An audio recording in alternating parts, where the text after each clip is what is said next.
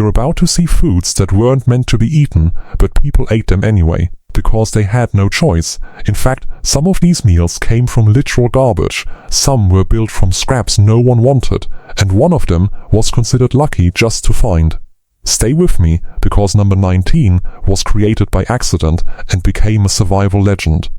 Number 11 looks normal today, but started as a desperate last option. And number 3 might make you question what food really means. This is not cooking, this is survival. During America's hardest times, the Great Depression, war, extreme poverty, millions of people had to forget taste and focus on one thing: staying alive. No recipes, no luxury, no second chances, just whatever worked, and what worked might shock you. Let's begin. Number 24. Garbage plate scraps. This wasn't a real dish. It didn't have a name at first. People would go behind restaurants, dig through leftover plates, and take whatever they could find. Half-eaten meat, cold potatoes, bread pieces soaked in grease, mixed together.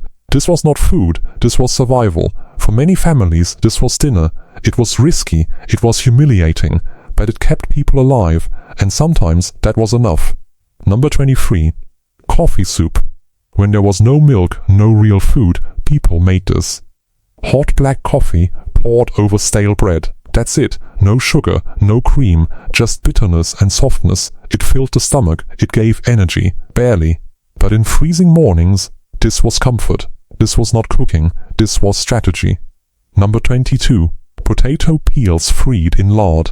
Nothing was wasted, not even the skin. Peels were collected, sometimes rotten, sometimes dirty, washed, fried in leftover fat, crispy, greasy, salty. It tricked the brain into thinking it was real food. For kids, this was a treat. Think about that. Scraps became luxury. Number 21. Onion sandwiches. No meat, no cheese, just raw onions between 2 slices of bread. Sometimes with mustard, if lucky. It burned your mouth, it made your eyes water, but it filled the stomach. Workers ate this during long labor days. Cheap, fast, enough. Number 20. Dandelion greens. Weeds. That's what people called them. But during hard times, they became food. Picked from fields, boiled or eaten raw. Bitter, rough, but full of nutrients. People learned something important. What you ignore might save your life. And here's where things start to change, because the next foods weren't just about survival, they started becoming creative desperation, things people invented when nothing else was left, and some of them are still eaten today.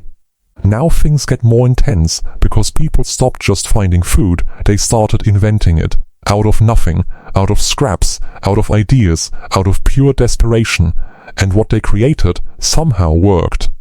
Number 19. Depression cake. No eggs, no milk, no butter. Read that again. A cake with none of the main ingredients. People used water, flour, sugar, and a little oil, sometimes vinegar, just to create a reaction. It rose, it baked, it looked like cake, and for a moment, life felt normal. This was not dessert, this was hope.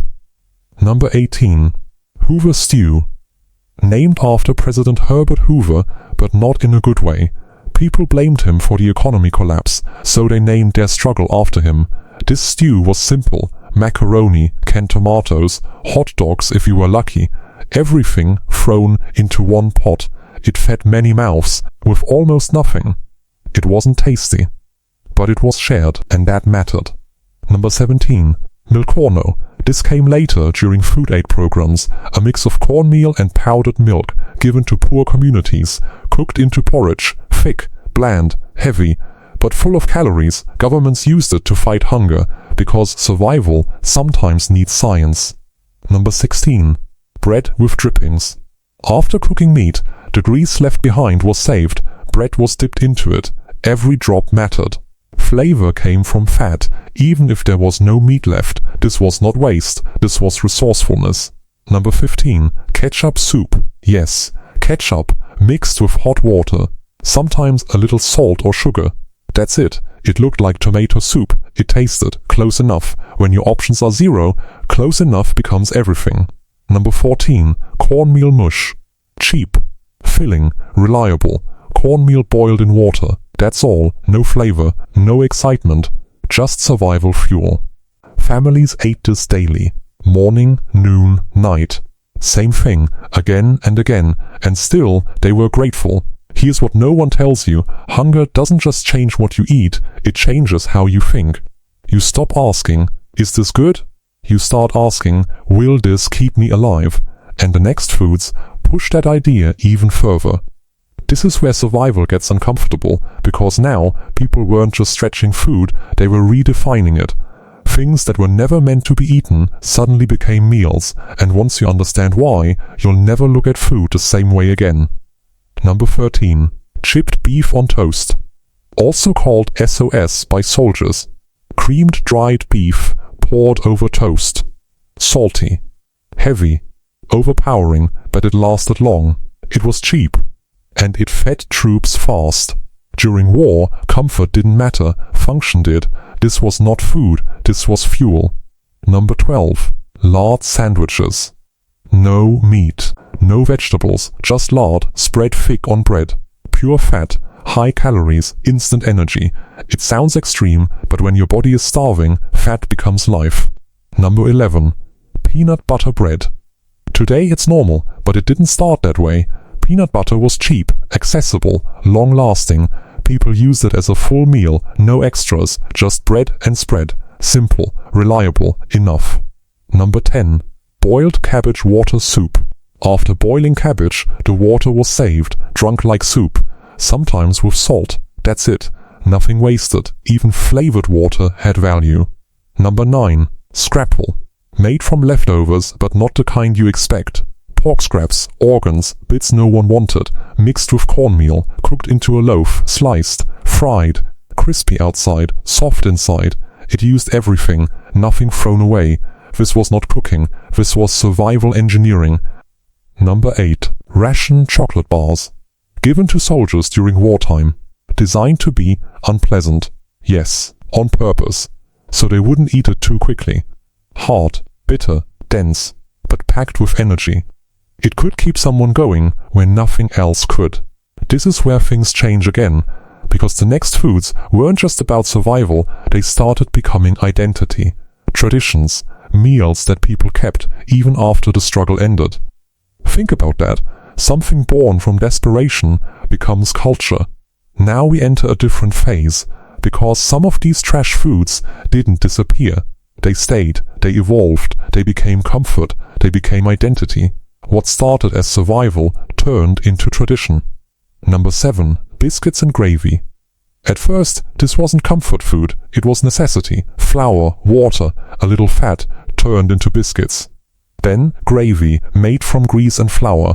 No meat required, cheap, heavy, filling. Workers ate this before long, brutal days. It stuck to your ribs. It lasted. And over time, people didn't just eat it to survive, they started to love it. Number 6. Chicken feet soup. Nothing wasted, not even the feet. Boiled for hours, pulling out every bit of flavor and gelatin. It looked strange. It felt strange, but it was rich, nutritious, powerful. This was not scraps, this was hidden value. Number 5. Fried bologna.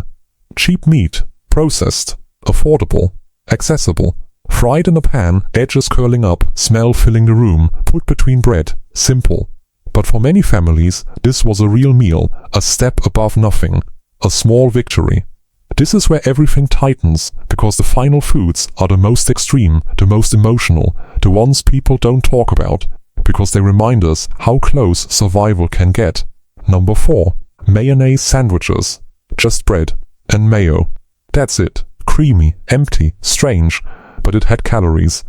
And sometimes that was all that mattered. No pride, no flavor, just survival. Number 3. Pickle juice meals. When the food was gone, the liquid remained. People drank pickle juice, sometimes with bread, salty, sharp, but it gave electrolytes. It kept the body going, even when there was almost nothing left. This was not a meal, this was endurance. Number 2. Ice soup, hot water poured over ice, to create the illusion of something more, warmth, volume, a trick for the mind, to feel like you ate, even when you didn't. Think about that, the body starving and the brain being fooled, and now number 1. the hardest one to hear. Number 1. Animal feed bread. Yes, food meant for animals. Ground grains, not processed for humans. Sometimes mixed with whatever was available and baked into rough bread. Dry, harsh, barely edible. But people ate it, because the line between human and survival started to blur. This was not food, this was desperation. And that's the part history doesn't always show you. Not the victories, not the progress, but the moments where people had nothing and still found a way to continue. So here's the question: if you were in that situation, what would you eat? What would you be willing to try just to survive? Because these foods, they weren't choices, they were the last option. And they worked. Somehow they worked. Tell me in the comments which one shocked you the most, and more importantly, which one would you actually try? Because survival changes everything.